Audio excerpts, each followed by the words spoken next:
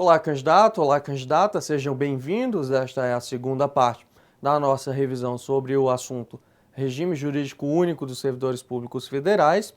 A aula passada a gente viu toda aquela parte de direitos e vantagens que constam do regime jurídico único e na aula de hoje sobrou aí para falarmos do regime disciplinar dos servidores públicos. Então, é uma parte muito interessante porque ela é cheia de detalhes que os examinadores costumam cobrar em provas de concurso. São longuíssimas listas de deveres, proibições e penalidades que você precisa, infelizmente, memorizar, porque essa é a única forma de ter certeza de que você não vai cair em pegadinhas do examinador. De toda forma, vamos tentar aqui dar dicas de como sistematizar esse conhecimento e sempre nos referimos às nossas aulas como base para que você bem entenda essa revisão e todos os detalhes que lá constam e aqui, infelizmente, por conta do tempo, não podem constar. Então vamos lá, começando a nossa aula. Sobre o regime jurídico no quesito disciplinar, a gente começa no artigo 116, que trata dos deveres. E aí, candidato, do mesmo jeito que a gente fez uma lista da outra vez, eu queria que você fizesse uma lista assim, deveres e proibições. Por que isso, professor? Porque são as duas primeiras listas que constam no regime disciplinar. E aí eu quero que você não repita exatamente o texto que consta na lei. Eu quero que você faça um resumo do que cada inciso significa. E fazendo esse resumo à sua maneira, escrevendo principalmente, eu tenho certeza que você terá uma chance melhor de memorização do que simplesmente lendo o texto legal, porque a leitura do texto legal, se você prestar atenção, é feita de uma forma muito superficial. E outra, a linguagem jurídica com que os incisos são construídos, ela pode muitas vezes fazer você cair em pegadinhas, porque é uma linguagem que não é usada no nosso dia a dia. Então, faz esse resumo através dessas duas colunas que eu citei, para que você consiga sistematizar o conteúdo, e aí sim, quando você for ler o próprio conteúdo da lei, você saberá exatamente a que se refere aquele inciso. Quer um exemplo? Olha aqui. Deveres, inciso 1. Exercer com zelo e dedicação as atribuições do cargo. Eu, enquanto estudante, resumiria isso aqui como exercer atribuições do cargo. Por quê? Porque zelo e dedicação não são importantes, professor? Não, porque está implícito que se eu vou exercer essas atribuições do cargo, eu devo exercê-las da melhor forma possível. E zelo e dedicação é a forma com que o legislador achou de passar essa mensagem de melhor jeito possível. Então vamos lá, vamos dar uma lida aqui nos outros incisos, porque são vários, e aí você vai fazendo, precisando pausar a nossa lista aqui de duas colunas. Então, 2. Ser leal às instituições a que servir, observar normas legais e regulamentares, porque na nossa hierarquia, apesar de elas estarem abaixo da lei, elas são importantes no caso dos servidores, porque regulam a sua vida em serviço. Cumprir ordens superiores, porque a gente tem o princípio da hierarquia, exceto quando manifestamente ilegais, porque aí elas não são exequíveis. Atender com presteza ao público, a expedição de certidões e as requisições para a defesa da fazenda pública, já resumindo. Levar irregularidade que tiver ciência, razão do cargo e conhecimento à autoridade superior, ou ainda quando houver suspeita de envolvimento, ao conhecimento de outra autoridade competente para apuração. Zelar pela economia do material, guardar sigilo sobre assunto da repartição, manter conduta compatível com a moralidade administrativa, ser assíduo e pontual ao serviço, tratar com urbanidade as pessoas, representar contra a ilegalidade, omissão ou abuso de poder. E aí nós chegamos nas proibições. Então, antes de falar exatamente das proibições, eu quero que você volte aos deveres. Por que, professor, isso é importante? É porque essa relação dos deveres vai repercutir, melhor concordando, com algumas penalidades que a gente vai ver mais à frente. Então, se tem deveres aqui, esses deveres não são obedecidos, vai ter, obviamente, uma penalidade administrativa que a gente vai estudar daqui a pouco. Então, começa pelos deveres. As proibições, por sua vez, configuram uma lista muito mais severa de atividades que o servidor público não pode exercer. Ou seja, são comportamentos inaceitáveis de um servidor público em exercício do seu cargo. Então, é por isso que elas acabam sendo mais importantes nas provas de concurso. Mas não quer dizer que os deveres ficam de lado, porque, como eu já falei, eles têm repercussão também nas penalidades administrativas. Agora sim, vamos lá, proibições. Estão no artigo 117. Ausentar-se do serviço durante o expediente sem prévia autorização do chefe, retirar, sem essa anuência da autoridade, qualquer documento objeto da repartição, recusar fé a documentos públicos, opor resistência injustificada ao andamento do documento ou processo, ou execução do serviço, promover manifestação de apreço ou desapreço no recinto da repartição, cometer a pessoa estranha à repartição fora dos casos previstos em lei, desempenho de atribuição que seja sua responsabilidade ou do seu subordinado, coagir ou aliciar subordinados no sentido de filiação em associação profissional ou sindical, ou ainda a partido político, manter sob chefia imediata, e aqui é o caso do nepotismo, encargo ou função de confiança, cônjuge, companheiro ou parente até o 2º grau civil, valer-se do cargo para lograr proveito pessoal ou de outrem em detrimento da dignidade da função pública, participar de gerência ou administração de sociedade privada, personificada ou não personificada, ainda exercer comércio e, exceto na qualidade de acionista, cotista ou comanditário, ou seja, em situações em que ele não detém a administração, atuar como procurador ou intermediário junto a repartições públicas, e aí nós temos uma exceção, que é salvo quando se tratar de benefícios previdenciários ou benefícios assistenciais, de parentes até 2º grau e de cônjuge ou companheiro. Receber propina, comissão, presente ou qualquer vantagem em razão de suas atribuições. Aceitar comissão, emprego ou pensão de Estado estrangeiro para não ferir a soberania nacional. Praticar usura sob qualquer de suas formas. Proceder de forma decidiosa ou preguiçosa. Utilizar pessoal ou recursos materiais em serviço ou atividades particulares. Cometer a outro servidor atribuições estranhas ao cargo que ocupa. E aí nós temos uma exceção, que são situações de emergência e transitórias. Exercer quaisquer atividades incompatíveis com o exercício de cargo ou função, ou ainda com o horário de trabalho. Recusar-se a atualizar seus dados cadastrais quando solicitado. Então, olha ali, mais uma longa lista que eu quero, candidato, que você, quando estiver estudando e fazendo suas anotações, coloque de forma resumida para depois memorizar o texto legal. Então, tenta aprender primeiro o que significa cada uma dessas hipóteses. Se preciso, vai lá no dicionário, volta na nossa aula, que houve aí explicações mais pormenorizadas, e depois vai no texto legal para memorizá-lo. Agora vamos tratar aqui da acumulação. Se você bem lembra na aula sobre a acumulação, a gente começou falando sobre a Constituição Federal, porque a própria Constituição Federal traz hipóteses de acumulação e a regra geral de vedação da acumulação de cargos. Vamos lá ver. No artigo 37 da Constituição, ele traz como requisitos dessa acumulação lícita a compatibilidade de horário e o limite remuneratório. E aí, na aula que a gente falou, candidato, se você bem lembra, eu trouxe outras hipóteses lícitas constitucionais de acumulação. Aqui a gente vai tratar do que mais cai em concurso, porque é uma aula extremamente sintética. E extremamente sinteticamente falando, nós temos aí as 3 principais formas de acumulação lícita na Constituição Federal. Quer ver só?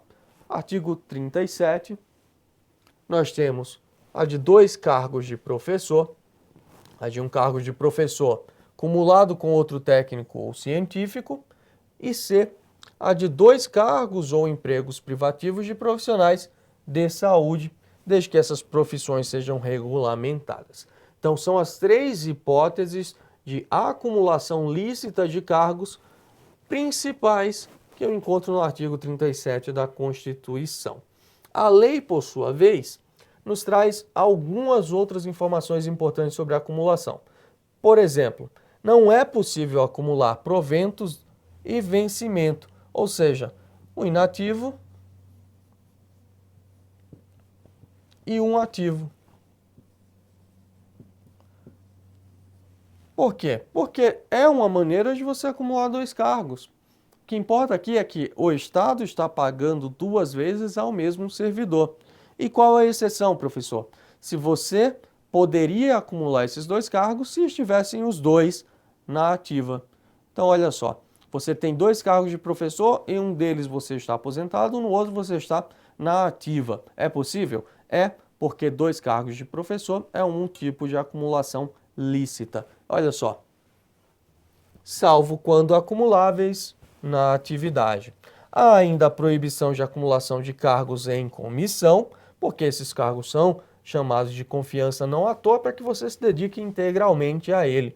E é por isso que no caso de acumulação lícita, ou seja, você já possui dois cargos e é nomeado posteriormente a um cargo em comissão, há uma regra em que você se afasta dos dois cargos efetivos, se não houver compatibilidade, ou havendo compatibilidade com um dos dois, você acumula somente um deles e o cargo em comissão. Agora falando sobre responsabilidades. E aí a gente tratou nessa aula, essa aula também foi muito interessante, a gente tratou do termo jurídico responsabilidade, que significa ter a capacidade de responder sobre determinada ação ou omissão, e tratando da responsabilidade, nós distinguimos três tipos de responsabilidade jurídica bem distintas. Olha só, a responsabilidade civil, a responsabilidade penal e a responsabilidade administrativa, que a lei chamou de civil administrativa. Então, a responsabilidade civil, ela decorre de ato omissivo ou comissivo, doloso ou culposo, e o que importa é que resulte em prejuízo ao erário ou a terceiros. Por sua vez, a responsabilidade penal abrange crimes e contravenções, são as duas principais codificações no nosso ordenamento criminal, que sejam imputadas à qualidade de servidor. E civil administrativa é a responsabilidade que resulta de ato omissivo ou comissivo que seja praticado no desempenho de cargo ou função, ou seja, que seja praticado por servidor. Essas responsabilidades são independentes, ou seja, a civil não depende da criminal para existir e nem a penal da civil ou qualquer uma dessas combinações, e são cumulativas. O que quer dizer cumulativas, professor? Que um ato ou uma omissão do servidor pode ter repercussão nas três esferas dessa responsabilidade jurídica. Isso é importante. E aí tem uma dica também que é a absolvição criminal por negação de autoria ou, enfim, por negação, a absolvição criminal importa na não punibilidade administrativa, mas a recíproca não é verdadeira, ou seja, a absolvição na esfera administrativa não quer dizer que você será absolvido na esfera criminal, porque elas não são recíprocas. A penal tem o contencioso e a jurisdição administrativa não contenciosa. Isso é importante dizer aqui, porque cai em questão de concurso. Vamos lá, continuando. Penalidades. Eu lembro muito bem que na nossa aula a gente distinguiu essas três primeiras e depois falou das três últimas. Nós temos a penalidade de advertência, que é um puxão de orelha por escrito, a de suspensão, que é o afastamento temporário por tempo determinado do cargo, e a demissão, que é o desligamento desse servidor dos quadros da administração pública. E aí nós dissemos, candidato, que esses três outros tipos de penalidades, eles acabam se assemelhando muito à demissão. Por exemplo, a cassação de aposentadoria e disponibilidade, a destituição de cargo em comissão e a destituição de função comissionada. Obviamente, eles têm suas especificidades, suas características, mas eles também são espécies de desligamento do servidor perante a administração pública. Então, vamos lá falar um pouquinho sobre cada um. A advertência é por escrito e é caso de violação de proibição constante no artigo 117, mas não todos os incisos, apenas do inciso 1 a 8, inciso 19, que foi separado porque ele foi inserido posteriormente. Olha só, candidato, quais são esses incisos, professor? Você já viu na aula e você já viu aqui nessa revisão também quando a gente leu esses incisos. Então, é de sua responsabilidade parar um pouco, ir lá e tentar memorizar que dispositivos são esses. A gente não vai ler tudo nesse momento, porque obviamente nosso tempo é escasso e devemos aproveitá-lo da melhor forma possível. Então vamos lá. O que é importante saber aqui? Que também é caso de advertência por escrito, a inobservância de dever, lembra que a gente viu os deveres? Seja ele funcional, previsto em lei, regulamentação ou norma interna, que não justifique imposição de penalidade mais grave. Ou seja, se for caso de suspensão ou demissão, não se aplica aí então a advertência. A suspensão, por sua vez, ela pode ser aplicada em caso de reincidência das faltas punidas com advertência, pode ser também por violação das demais proibições. E aí ele não fala quais são essas proibições, ele fala apenas que se não for advertência e se não for demissão, será suspensão. E isso é bom, professor? Isso não é tão bom, mas isso significa que foi uma técnica legislativa e é só você fazer aí a subtração, candidato. Pega as que são demissão, faz aquele quadro, pega as que são a advertência e sobram as que são suspensão. Vamos lá. A suspensão terá o prazo máximo de 90 dias e há um tipo de suspensão específica por até 15 dias em caso em que o servidor se recuse injustificadamente de participar de inspeção médica. Nesse caso, ele não precisa cumprir os 15 dias. Se ele fizer a inspeção médica, acaba a suspensão. Há ainda a possibilidade de conversão dessa suspensão em multa, e aí é o caso de sacanagem do superior. Você comete um ato em que você seria suspenso, e o seu superior diz assim, não, eu não quero, porque eu preciso de você aqui. Mas você cumprirá cada dia dessa suspensão na base de 50% em cima da sua pecúnia. No caso aqui, acompanha, de vencimento ou remuneração e a obrigação de permanecer em serviço. A demissão, por sua vez, acontece em crime contra a administração pública, que é isso, vai lá no Código Penal que diz o que é. Abandono de cargo, a própria lei já diz o que é. Ausência intencional por mais de 30 dias consecutivos. Por inassiduidade habitual, a lei também diz o que é. Falta injustificada por 60 dias interpoladamente pelo período de 12 meses. Por improbidade administrativa, que eu vou ver lá na lei de improbidade administrativa. Por incontinência pública e conduta escandalosa na repartição. Por insubordinação grave em serviço. Por ofensa física em serviço a servidor particular, obviamente, se for legítima defesa própria ou de outrem, não cabe. Por aplicação irregular de dinheiros públicos, por revelação de segredo, que era um dos nossos deveres de manter, por lesão aos cofres públicos e dilapidação do patrimônio nacional, por corrupção, por acumulação ilegal de cargos, empregos ou funções, e aí, como se a lista já não fosse grande o suficiente, ainda incisos 9 a 16 do artigo 117. Então, mais uma vez, faz a sua lista, candidato, e volta lá na lei para escrever, fazer as anotações de tudo que você precisa para lembrar exatamente de todas as hipóteses de demissão. Então, ainda sobre o assunto, olha o que a gente tem para falar. A cassação de aposentadoria ou disponibilidade é quando o servidor houver praticado, quando estava em atividade, a falta punível com a demissão. A destituição de cargo em comissão é interessante porque, se não for ocupante de cargo efetivo, vai ser aplicada nos casos de infração sujeitas penalidade de demissão, como desligamento, mas aqui, como era uma função de confiança, a própria penalidade de suspensão já implica a destituição do cargo em comissão. Há a possibilidade de ressarcimento ao erário, sempre que for casos de improbidade, mau uso ou desvio de dinheiros e corrupção, e além desse ressarcimento, há inclusive possibilidade de bloqueio de bens, e a incompatibilidade temporária por 5 anos, está lá no artigo 137 caput, nos casos de uso do cargo em proveito próprio, nas hipóteses do inciso 9 e 11. E impossibilidade de retorno ao serviço público federal, está lá no 137, parágrafo único, nos casos de crime, improbidade, mau uso ou desvio de dinheiros públicos e corrupção. Ainda sobre o assunto, candidato, já que você sabe quais são as penalidades, foi interessante também saber quem aplica essas penalidades. E olha só quem aplica.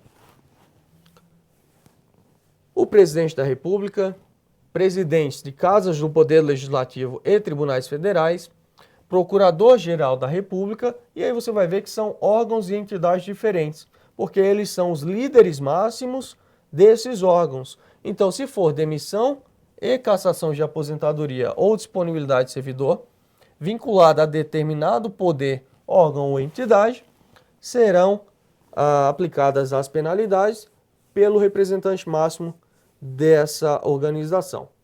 Pelas autoridades administrativas de hierarquia imediatamente inferior àquelas do inciso 1, quando se tratar de suspensão superior a 30 dias, ou seja, mais de 30 dias, hierarquicamente inferior imediatamente. E se for menos de 30 dias, aí é o inciso 3, será o chefe da repartição e outras autoridades, dependendo aí do regimento ou regulamento, quando for advertência ou suspensão de até 30 dias. E 4, pela autoridade que houver feito a nomeação, quando se tratar de destituição de cargo em comissão, porque se ele é competente para nomear, também será competente para destituir. A prescrição dessas penalidades ocorre em 3 prazos diferentes, a depender da gravidade. Então são 5 anos quando for demissão, cassação de aposentadoria ou disponibilidade e destituição de cargo em comissão. A prescrição se dará em 2 anos quando for suspensão e em 180 dias quanto à advertência. Obviamente que todos esses prazos se contam a partir da ciência da autoridade competente para instaurar esse processo de punição do servidor que cometer essas faltas. Então, candidato, olha só, com isso nós terminamos a segunda parte da revisão. Se você prestar atenção, foi uma síntese bem condensada, eu diria, de todo o conteúdo que nós vimos ao longo aí de tantas aulas do regime jurídico único. E é hora, candidato, de dar aquele sprint final e estudar para valer, porque a prova já está no horizonte, visivelmente chamando você para respondê-la. Então vamos lá, mas daqui a pouco eu volto com dicas de estudo para essa prova e espero que você tenha a oportunidade de se dedicar integralmente ao seu tão sonhado sucesso na aprovação. Até mais, candidato. Abraços.